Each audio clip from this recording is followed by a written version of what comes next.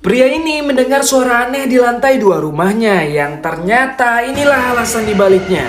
Jadi ceritanya, pria ini baru aja membeli rumah dengan harga yang murah yang lengkap dengan isinya. Kabarnya rumah ini dulu ditempati oleh seorang pria guys, tapi dia hilang gitu aja. Nah kemudian dia pun memasuki rumah itu. Hari pertama nggak ada yang aneh dan fine-fine aja guys. Tapi sebulan setelahnya dari bawah tangga ia mendengar suara teriakan orang minta tolong. Dia panik dong dan bilang tunggu sebentar aku akan menolongmu. Dia pun mengambil perkakas untuk berjaga-jaga. Tapi tiba-tiba suara itu berpindah terdengar dari lantai 2 rumahnya. Dia buru-buru menghancurkan lantainya. Pas dia senter, dia melihat mata yang muncul dan hilang sekejap. Suara minta tolong itu pun terdengar makin keras guys, berpindah-pindah dan berujung di pintu ke bawah lantai. Ia membuka pintu itu dan mengulurkan tangannya, tapi tiba-tiba banyak tangan